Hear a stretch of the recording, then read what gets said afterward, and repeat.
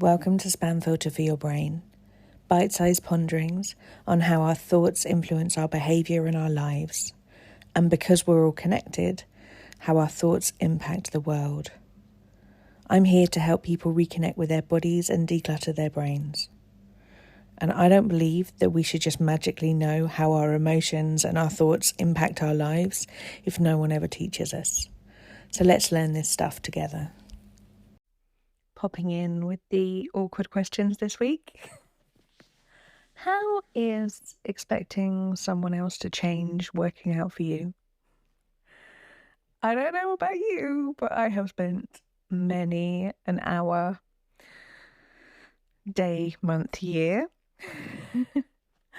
hoping that some particular person at any one time is going to stop doing the things that they're doing so my life can be easier, or see things from my point of view so I can have an easier time of it. And what I've generally noticed is that people don't seem to really change their behaviour according to my wants and needs very much, which turns out to be very inconvenient. I've spent most of my life thinking, and now I have got the tools and the experience to be able to really take a step back and go, rather than what do I want these people to be doing so that I can feel a different thing, I can take a step back and go, actually, my feelings come from my thoughts, my brain, and my life experience and my outlook on the world.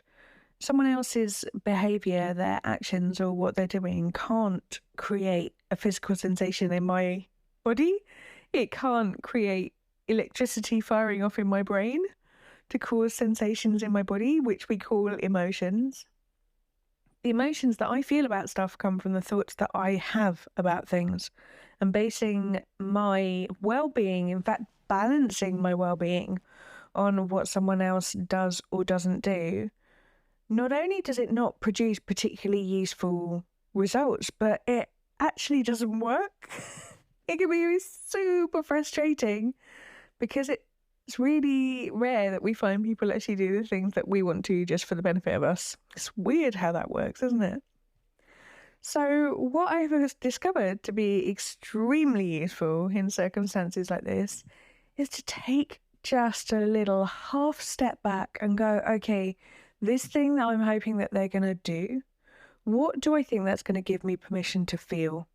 What do I think that them behaving in this magical way that I have deemed to be correct, what will that allow me?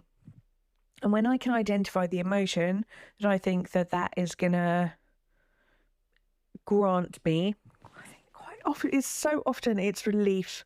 And I think that the feeling of relief is actually based on the concept of safety. And I think quite often the things that I wish for from people come down to this notion of, I think, if you strip back all of the onion layers, if you do that thing, I will feel more safe, is what it mostly comes down to. When I can identify what emotion it is that I really want, then I can kind of start looking around me for things in my life that I create, that I have control over, that I can generate that emotion from.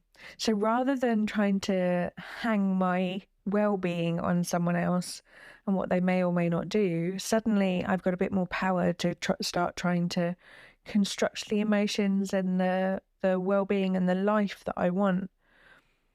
If we are waiting for someone else to behave in a particular way for us to be able to feel a particular emotion, it's a very sort of powerless place to be.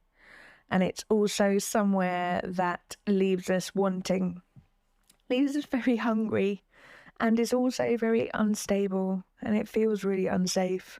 And we're constantly sort of seeking around for more of that little validation sugar rush, because what if they've changed their mind, or what if they don't do the thing again, or how can I get more of it because this is the place that I get safety from.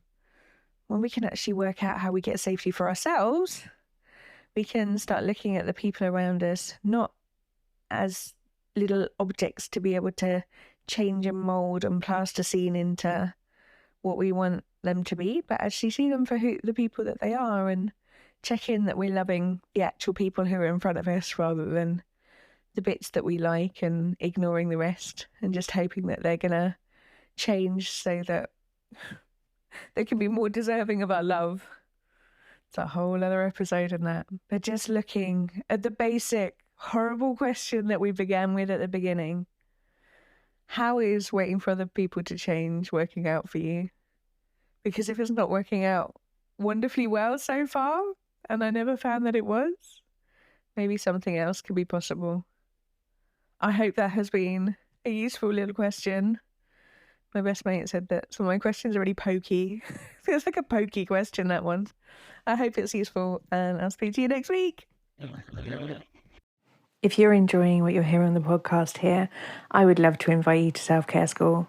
Self-Care School is a membership site where we have group coaching calls every week. We have a whole load of courses that you can dip into for whatever suits your needs. We have courses on confidence, body image, timekeeping, how to manage big emotions, overwhelm, loads and loads of stuff in there. You can kind of pick out whatever you want to work on. There is a big library of workbooks, which includes journal prompts and questions for you to be able to apply this work to your own life.